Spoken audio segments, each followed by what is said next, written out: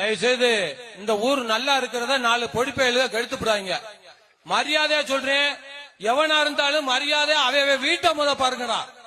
ஊருக்குள்ள வந்துகிட்டேன்டா, நல்ல நாள் பொழுது உக்கால் நாங்க தேர்தல் அதிகாரிட்ட யாரா பதில் சொல்றது?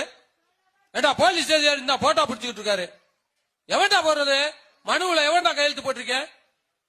என்ன சேட்டை பண்றீங்களா? சின்ன சின்ன பையல என்னடா செட்டு உங்களுக்கு? ஏண்டா அழிச்சு போடுங்க, கருந்தமலை கரு அறுத்து போடுவேன்.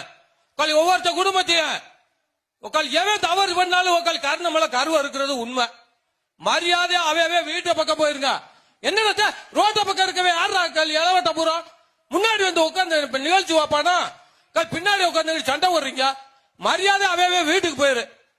பார்க்க இஷ்டம் இல்லைன்னா வீட்டுக்கு போயிருங்க.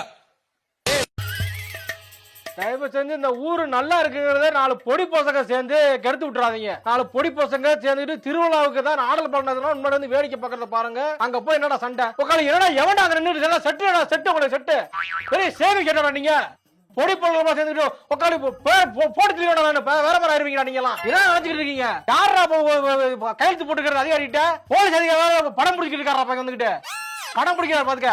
என்ன பண்ணீங்க?